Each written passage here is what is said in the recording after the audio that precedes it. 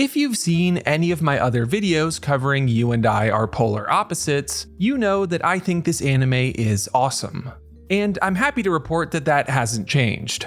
Though it would be funny if I did a complete 180 one day and had a video like, why this is the worst anime ever, or love is disgusting, only this anime tells it how it is. But no, my only complaint with it thus far is that we only have about a quarter of the season left. Today, though, I want to talk about an aspect of the show that has only grown in importance as the episodes have gone along: friendship. You and I Are Polar Opposites understandably spends a lot of time on romance, but its portrayal of how and why friends are important to us is equally as great, and is based on a surprisingly simple concept. We love our friends. By taking its warm, straight-shooting view of love and applying it to all of the relationships in the show, this anime creates meaningful connections across its cast of characters, not just in its predetermined couples. Why is this such an effective strategy?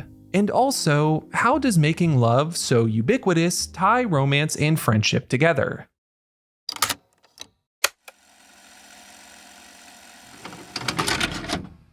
Okay, if you'll bear with me for just 1 second, I'm very excited I get to do this very cliche YouTube thing. So I promise I won't do this a lot, but I get to show you this watch time from subscribers, and as you can see, a lot of you aren't subscribed. But if you enjoy videos about this romance anime, or really any other one, I would really appreciate if you subscribe. It would mean the world to me. Anyway, back to the video. One of the first things that jumped out to me about this show is how friendship gets its own space and importance. The first couple of episodes mostly focus on the start to Tani and Suzuki's relationship. But after that foundation gets laid, there's plenty of space for friendships to shine.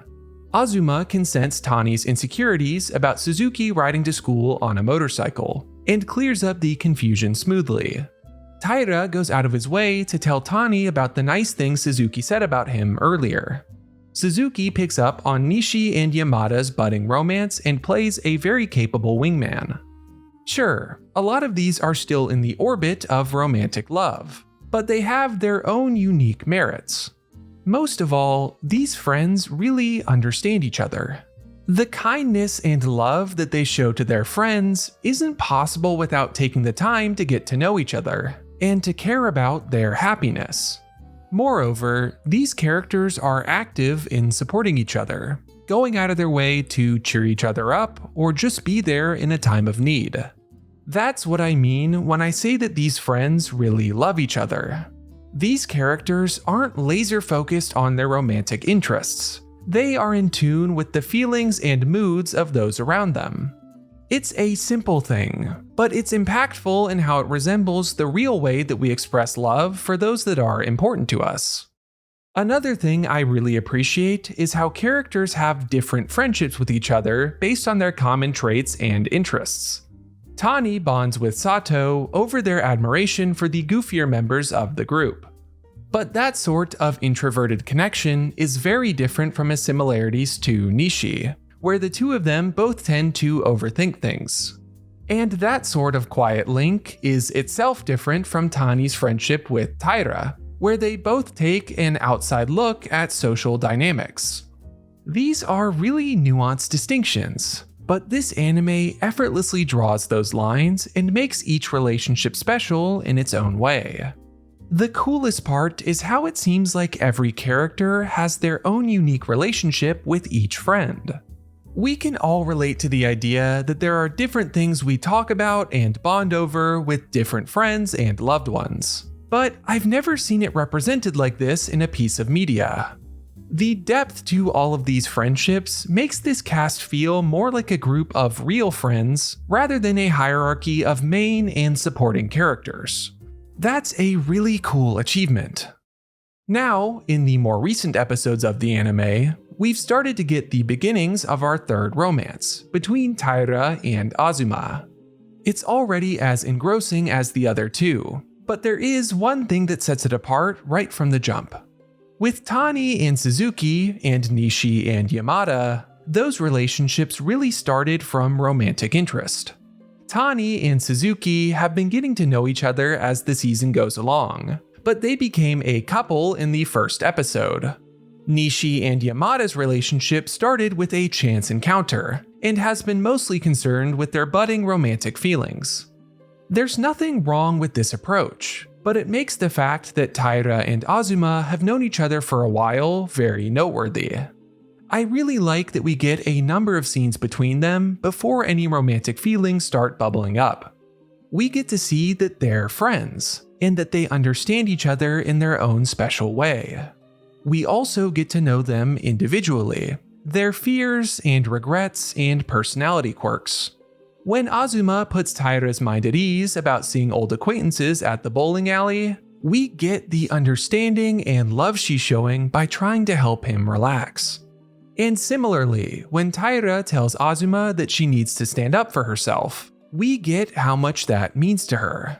Their relationship feels like puzzle pieces fitting into place, and a natural extension of the love they had for each other as friends.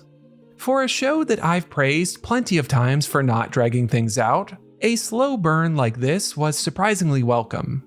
Love has no set shape or rules, and this is just another example of this anime cultivating and letting that love bloom, without it ever feeling contrived or cookie cutter. You and I Are Polar Opposites really nails its romantic beats. But what might end up being its differentiating factor in the landscape of romance anime is how important the friendships are in its story. This cast of characters loves their friends just as much as their boyfriends and girlfriends. And instead of the romantic relationships being monoliths in the plot, they are strands in the greater web of the show's dynamics. This makes the romance feel more genuine and the friendships more essential. We love our friends and want to go out of our way to support them. This anime understands that, and that's a huge part of why such a silly and lighthearted romance anime feels so genuinely nice to watch. And that ends today's episode of Love and Anime. I'm super happy that I finally made this video. I really think the friendships in this show are a huge part of why it's so awesome.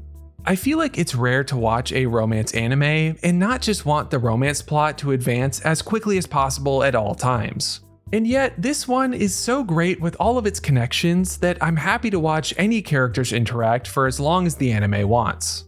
If you enjoyed the video today and like video essays about romance, anime, and romance anime, liking and subscribing helps a ton and will keep you in the loop, as does hitting the hype button on the mobile app. I'm Slam Anime, and I'll see you next time.